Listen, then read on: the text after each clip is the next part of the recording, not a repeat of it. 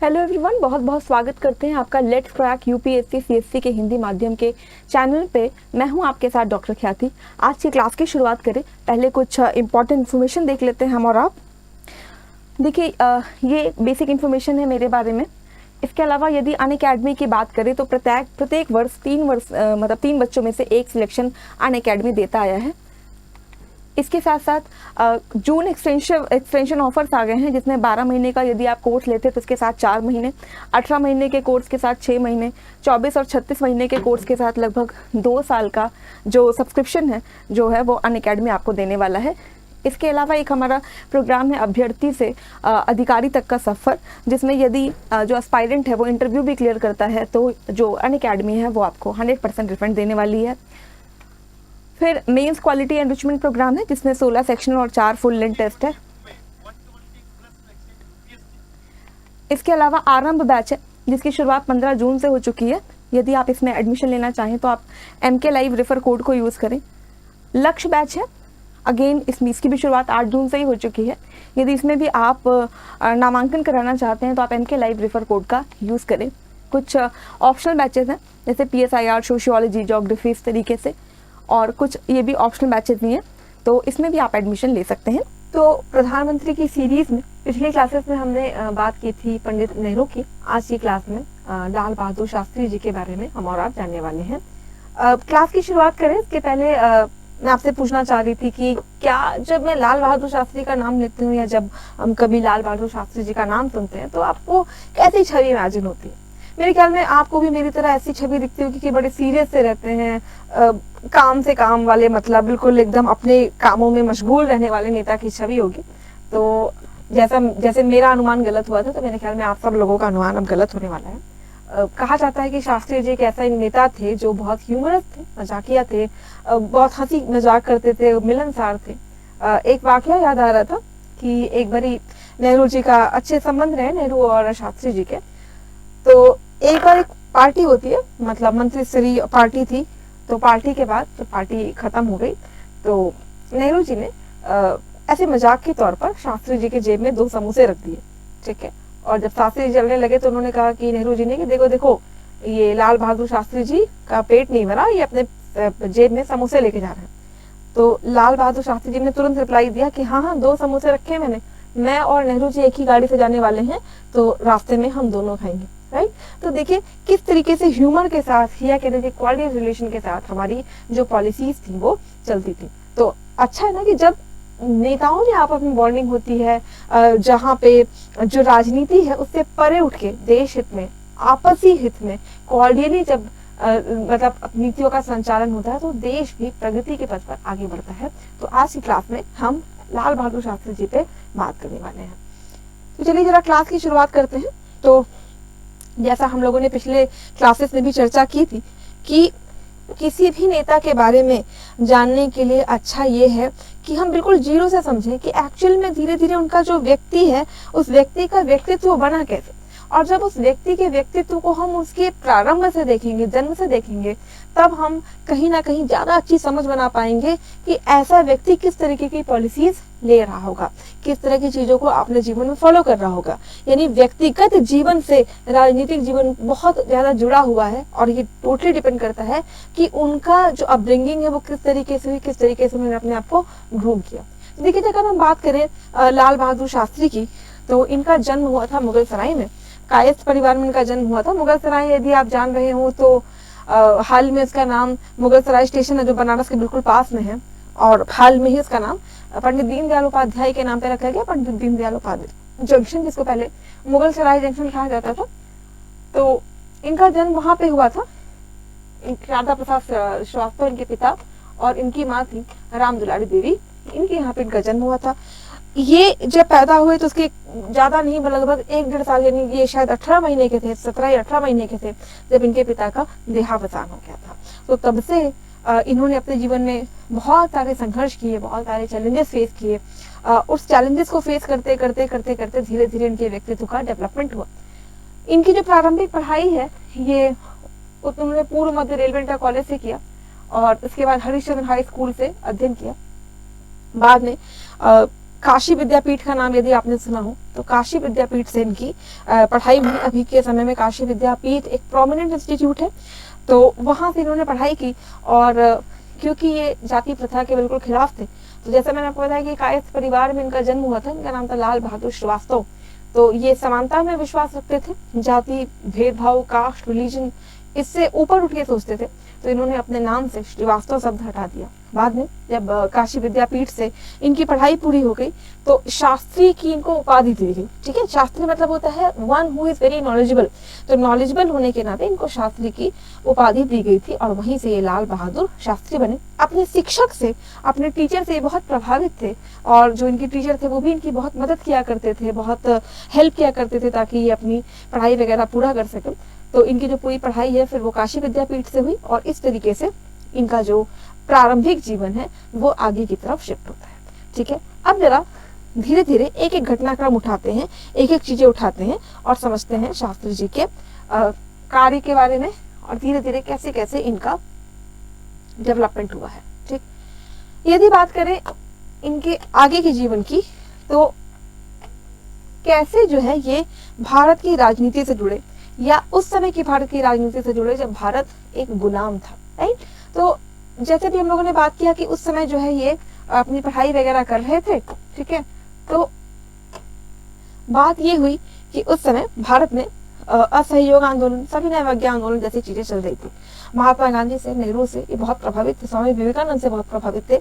और उस समय जो गांधी जी हैं उन्होंने युवाओं से आग्रह किया कि जो भी लोग हैं, जो भी बच्चे हैं, वो सब लोग असहयोग आंदोलन में शामिल हुई और सरकार के साथ सहयोग मत करिए। तो लिहाजा शास्त्री जी ने भी फिर अपनी पढ़ाई वढ़ाई छोड़ी और बिल्कुल कूद पड़े आजादी के लड़ाई में। और यहीं से फिर उनका जो पॉलिटिकल कह लीजिए पॉलिटिकल जीवन है, राजनीतिक जीवन है, इसकी शुरुआत होती है। तो अभी तक जो हमने देखा वो प्रारंभिक जीवन था जो मुगल सराय से चलता हुआ आगे बढ़ ही रहा था कि भारत की गुलामी या भारत की आज़ादी कह लीजिए, भारत की आज़ादी का जो संघर्ष चल रहा था जिसको लीड कर रहे थे महात्मा गांधी, उनसे ये प्रभावित होते हैं और प्रभावित होने के बाद वहीं से अपनी शिक्षा वगैरह छोड़ के जुट जाते हैं देश की आज़ादी में। ठीक, अब यहाँ पे देश की आज़ादी के साथ में तो क्या क्या उन्होंने किया, तो आपने लाला लाजपत राय का नाम सुना होगा। लाला लाजपत राय ने सर्वेंट्स ऑफ इंडिया सोसाइटी की स्थापना की थी। सर्वेंट्स ऑफ इंडिया सोसाइटी थी, इसके लोक सेवक मंडल के अध्यक्ष के रूप में भी आपके शास्त्री जी ने काम किया है। एक वाकया ये भी आता है कि शास्त्री जी की जब शादी होती थी, उनकी शादी जब हुई तो उनकी पत्नी का नाम था ललिता देवी। तो ललिता देवी खुद भी शास्त्री जी को मोटिवेट करती थी। ललिता जी का भी बहुत सारा कंट्रीब्यूशन रहा आज़ादी की लड़ाई में।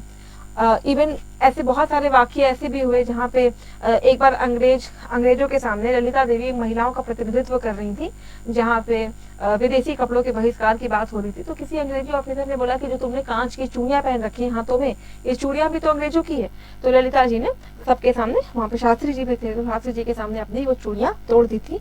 तो कहीं ना कहीं उनका भी बहुत योगदान रहा शास्त्री जी का, जो उन्होंने इतना देश के लिए किया। तो कहीं ना कहीं सारी जो फैमिली की अपब्रिंगिंग है वो उसी तरीके से देखी जा सकती है। राइट, तो ये भी था कि सर्वेंट ऑफ इंडिया सोसाइटी के ये मेंबर थे और वहां से पैसे वैसे भेजते थे अपने घर के लिए कि भाई घर में सब काम वाम चलता रहे।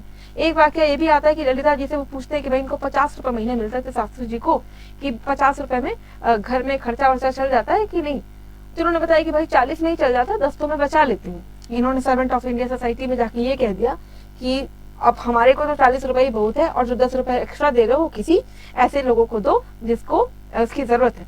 तो आप देख रहे हैं हाई मोरल प्रिंसिपल वाले पर्सन थे आपके लाल बहादुर शास्त्री।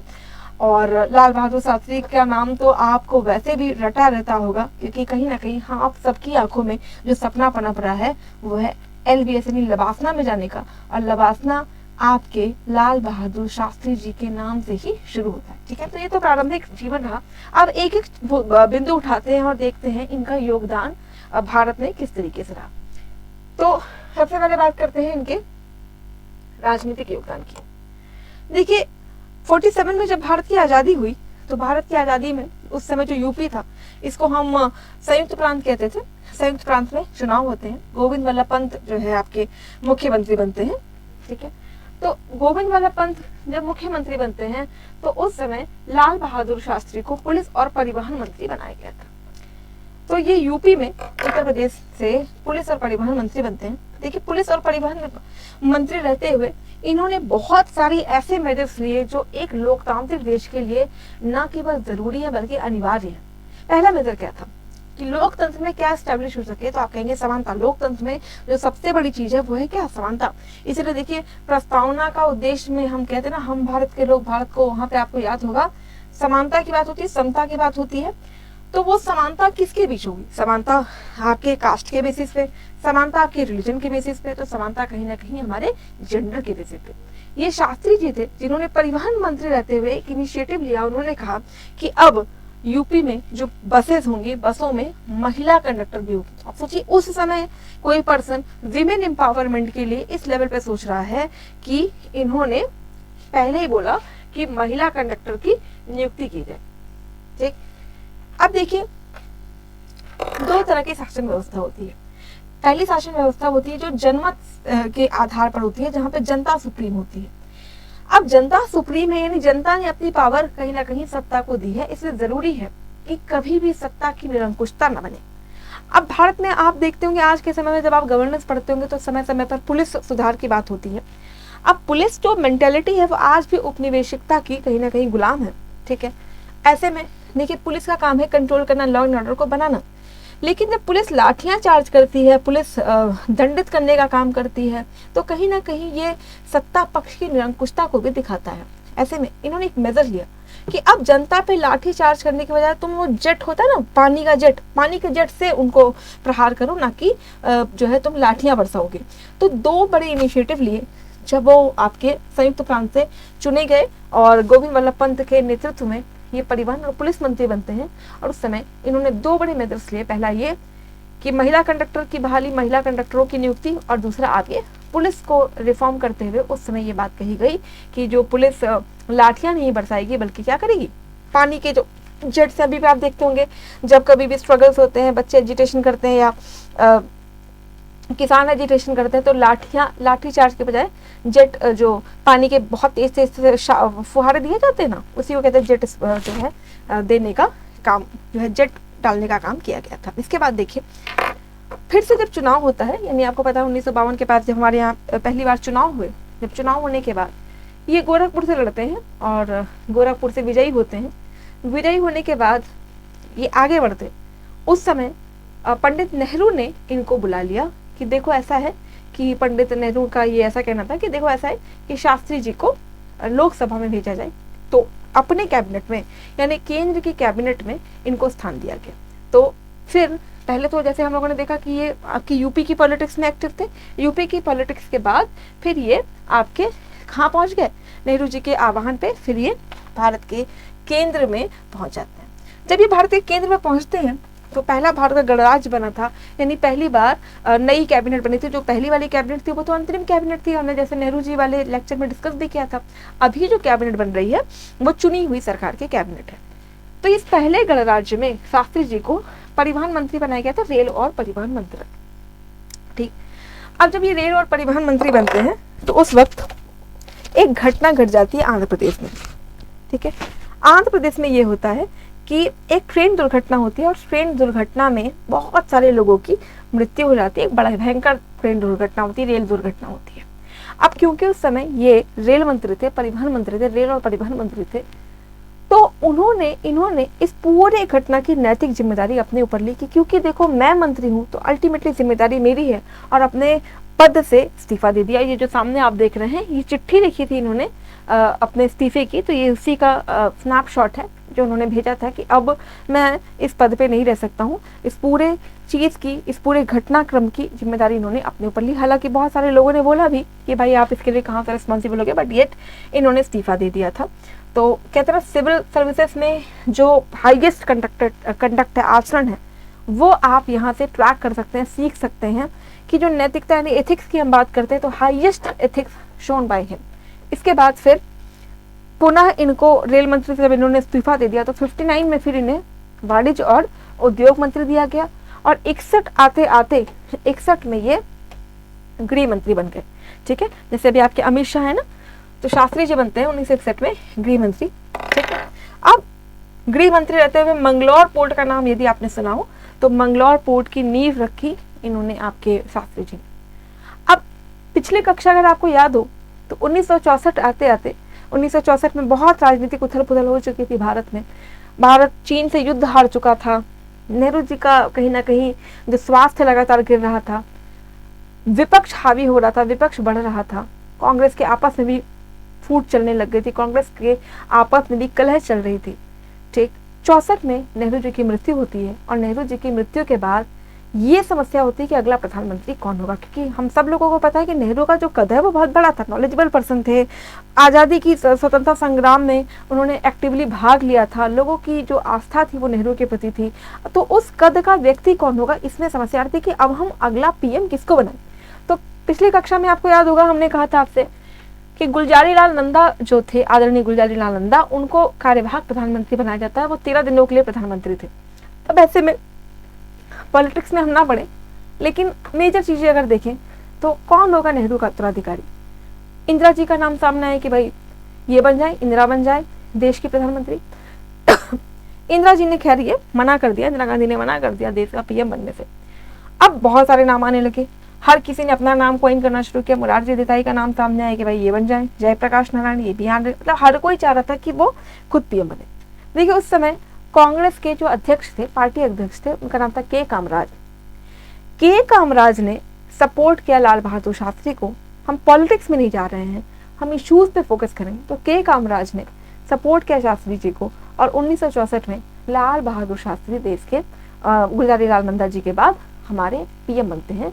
तो क्रम से चले तो पहले आपके नेहरू जी, फिर गुलजारी लाल नंदा, फिर आपके लाल बहादुर शास्त्री, तो तीसरे पीएम बनते हैं भारत के, ठीक। अभी तक अगर आप स्टोरी लाइन देख पाए हो तो पहले इनकी शुरुआत दरअसल यूपी से हुई है, यूपी विधानसभा चुनावों से, और उसके बाद फिर ये केंद्र में पहले रेल परिवहन मंत्री, वाणिज्य मंत्री, गृह मंत्री, और अब वो देश के प्रधानमंत्री बन रहे हैं। तो मेरे ख्याल में आप ये राजनीतिक योगदान क्या क्या है ये समझ पाए होंगे। अब हम आते हैं अगले मुद्दे पे, जिसके लिए एक्चुअल में सारा श्रेय जाता है शास्त्री जी को कि किस तरीके से उन्होंने भारत में इकोनॉमिक रिफॉर्म किया।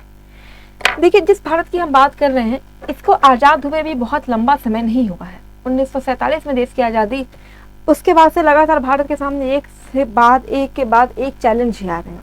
पहले कहीं ना कहीं कश्मीर मुद्दा, फिर हिंदू कोड बिल, फिर चीन के साथ युद्ध, फिर कहीं ना कहीं नेहरू की मृत्यु का होना, तो लगातार चैलेंजेस आपके बने हुए थे। ऐसे में इंडिया में अभी भी रिफॉर्म की जरूरत थी और वो रिफॉर्म था इकोनॉमिक फ्रंट पे, यानी हमें कुछ ऐसी चीजें देनी थी, ऐसे रिफॉर्म्स लेने थे जहाँ पे हम कम से कम लोगों का पेट तो भर सकें, राइट।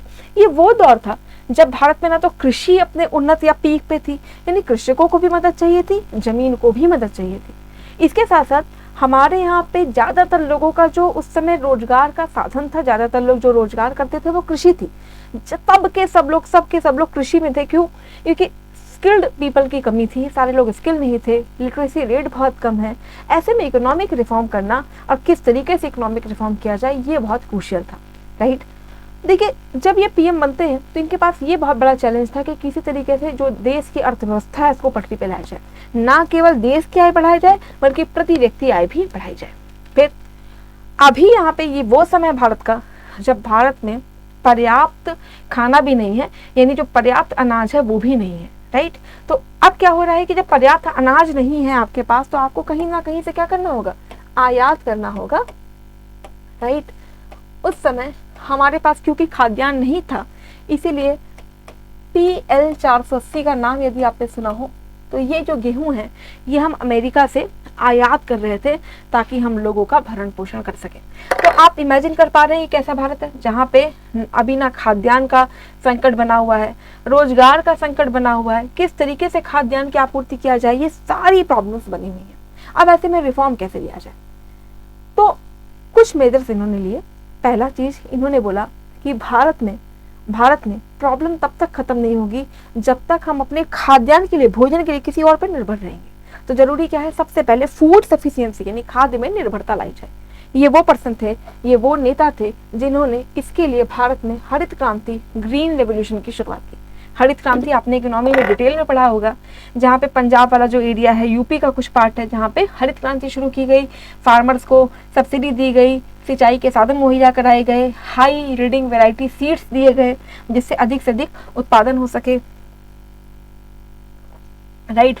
और लोगों को भी मोटिवेट करना जरूरी था, क्योंकि देखिए हरित क्रांति अब की गई, पॉलिसीज बनाई गई, लेकिन पॉलिसीज का आउटकम आने में समय लगेगा। तब तक के लिए जरूरी है कि लोगों में मोटिवेशन बना रहे। इन्होंने प्रण लिया कि आज से हम एक ही टाइम खाना खाएंगे, एक टाइम भोजन करेंगे, जिससे जो है उतना खाद्यान्न बचे। इवन इनके परिवार में धीरे धीरे क्या हुआ, सबने प्रण ले लिया, पूरा परिवार एक टाइम खाना खाएगा। फिर जब नेता आपका ये काम कर रहा है तो देशवासियों को भी मैसेज मिला।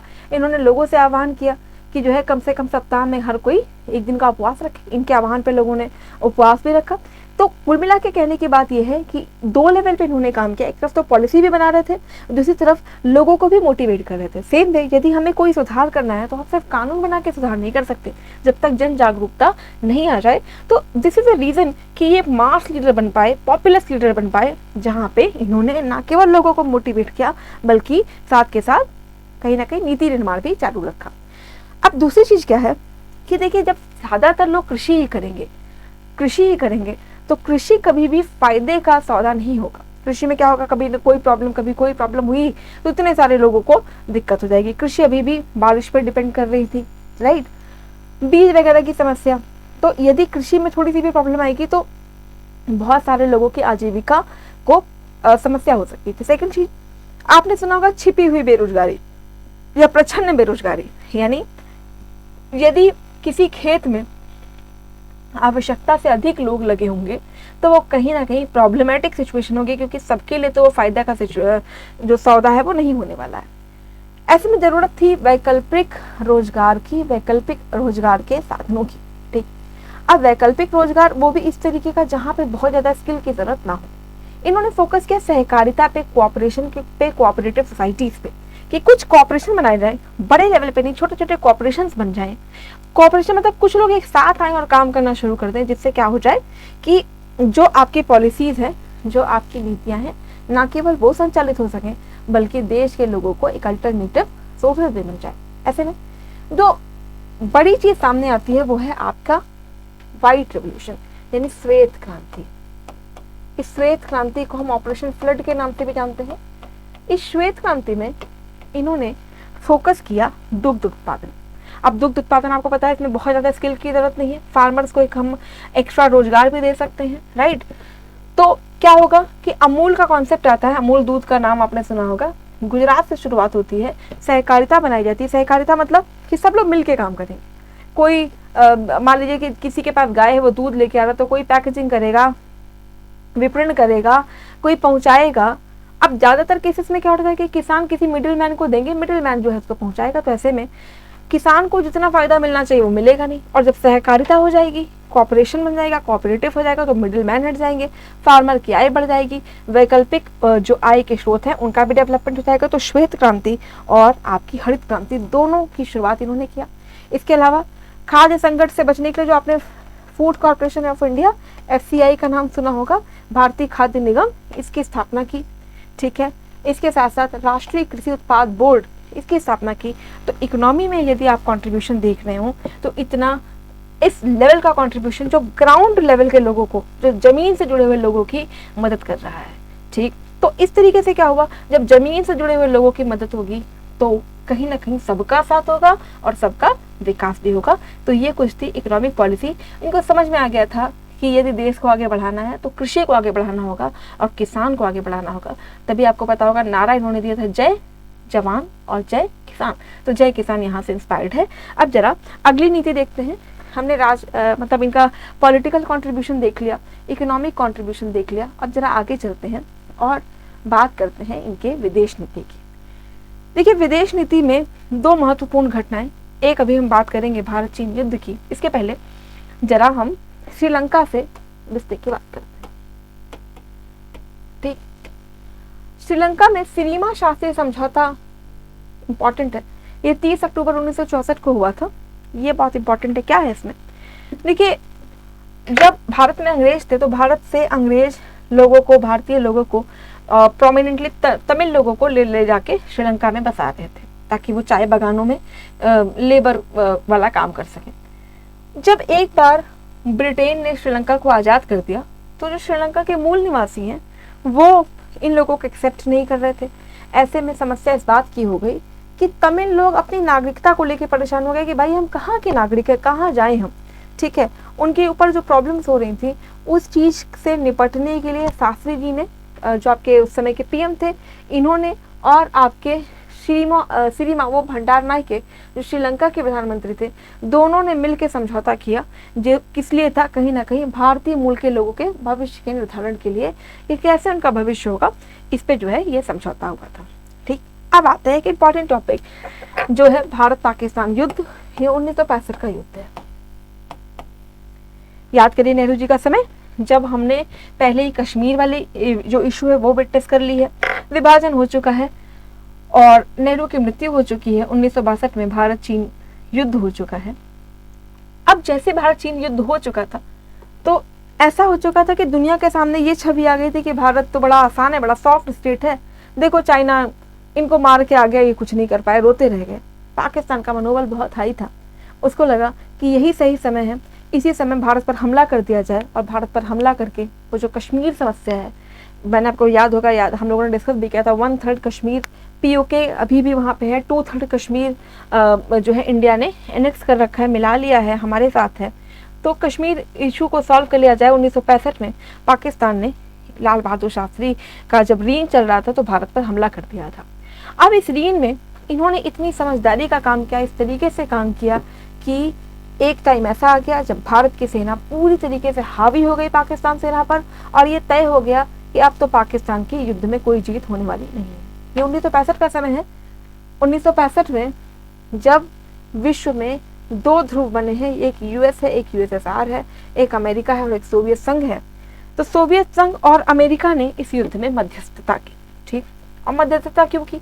यही जो है आपके कहीं ना कहीं ध्रुवीय देश थे, जो आपका विश्व व्यवस्था है वो 2 ध्रुवीय देशों में बटी हुई है। तो इन लोगों ने इस युद्ध में मध्यस्थता की और मध्यस्थता करके ये हुआ कि अब ये युद्ध नहीं होगा। तो जो हो गया, सीज फायर हो गया कि चलो युद्ध विराम हो गया। तो युद्ध विराम के बाद ये जरूरी था ये कुछ अग्रीमेंट हो, ठीक है। तो अग्रीमेंट के लिए उस समय का जो सोवियत संघ था, सोवियत संघ में उज्बेकिस्तान आता था, राइट। उज्बेकिस्तान की एक जगह है, उज्बेकिस्तान की जगह का नाम है ताशकंद। ताशकंद में एक सम्मेलन बुलाया गया और इस सम्मेलन में पाकिस्तान और अफगानिस्तान, आपके भारत, पाकिस्तान और भारत दोनों के रिप्रेजेंटेटिव्स को बुलाया गया कि सबमिट हो जाए कि अब भाई कोई सीज फायर नहीं होगा।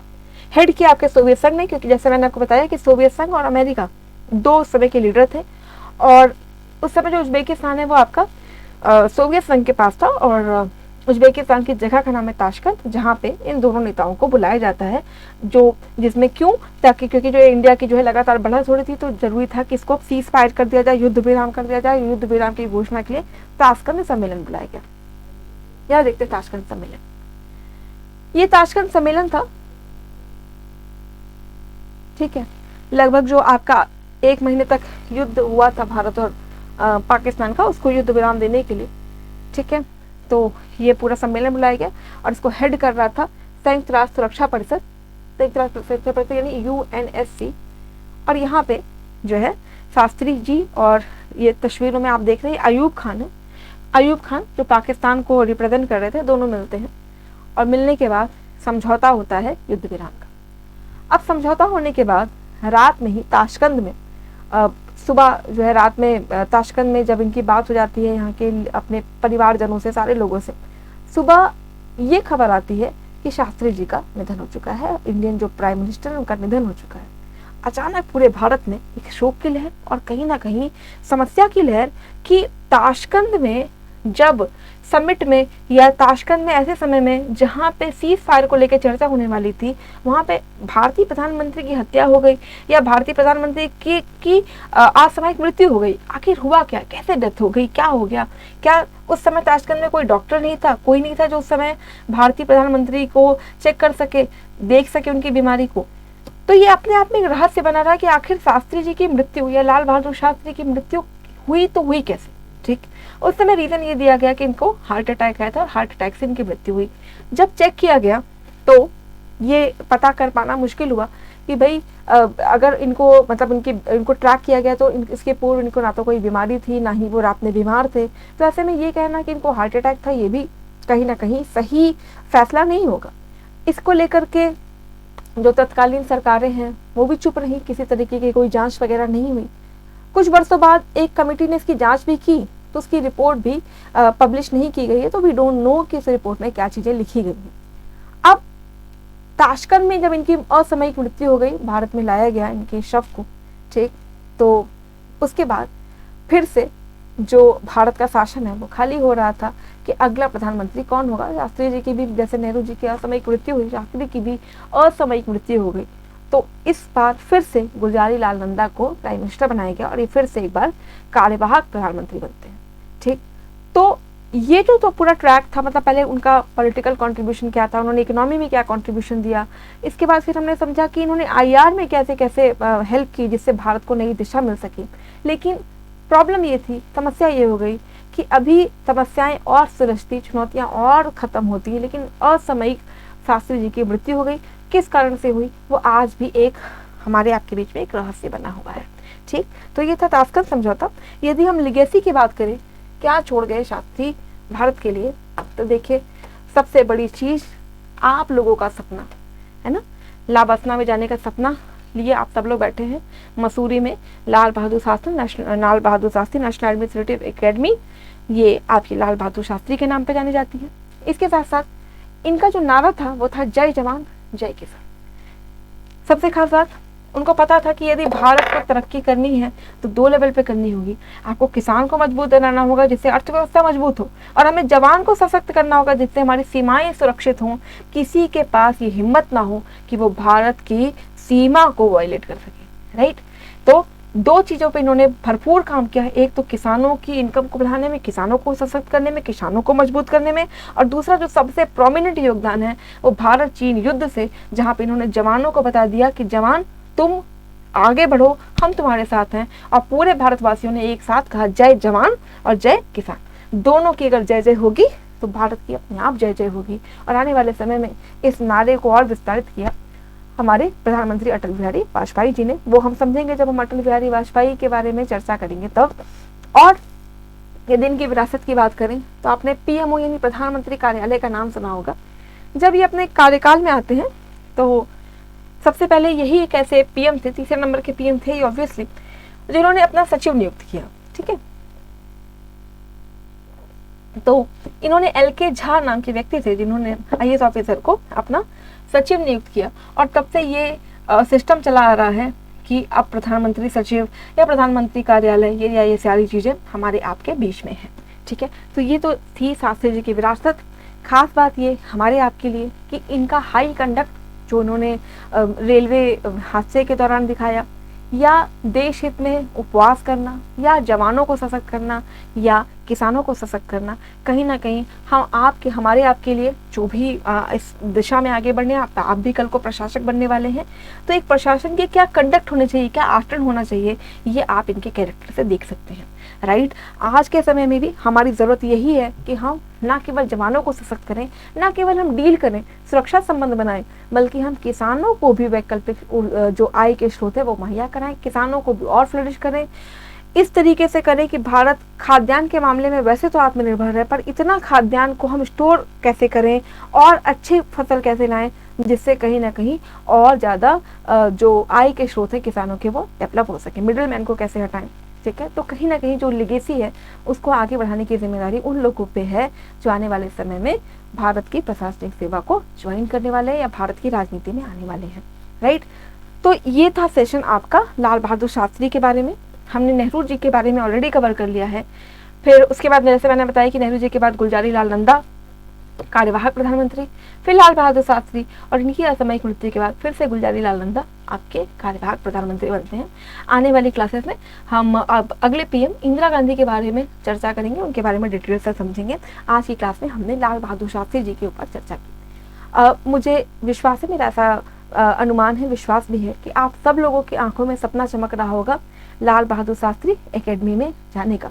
यदि आपका भी सपना है कि LBS में हम जल्दी से जल्दी पहुंचे और आपको लगता है कि मैं पहुंचूंगा ही पहुंचूंगा, कोई शक्ति नहीं है जो मुझे LBS में जाने से रोके, ठीक, तो आप कमेंट सेक्शन में लिखिएगा कि हाँ हम LBS में जा रहे हैं और वहीं जाके हम जो लाल बहादुर शास्त्री उनको श्रद्धांजलि देंगे, ठीक। तो अभी आप कमेंट सेक्शन में मुझे टाइप करिएगा कि हाँ आप LBS जा रहे हैं, और जब आप LBS में पहुंच जाएं तो फिर से कमेंट करिएगा कि हाँ हम अब LBS में आ गए हैं, ठीक है।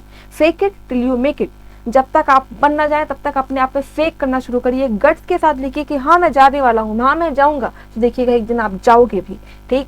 क्योंकि इतने सारे लोगों के सामने आपकी लाइबिलिटी आ जाएगी, आप इतने बड़े प्लेटफॉर्म पे जहाँ पे इतने सारे लोग आपके कमेंट्स को पढ़ते हैं, वहाँ पे गट्स के साथ लिखिए कि बनना ही बनना है, कोई मुझे रोक नहीं सकता। कमेंट करिएगा कि हाँ मैं LBS में जाके शास्त्री जी को श्रद्धांजलि दूंगा, और जब वहाँ पहुँचिएगा तो फिर से लिखिएगा कि अब मैं LBS में हूँ।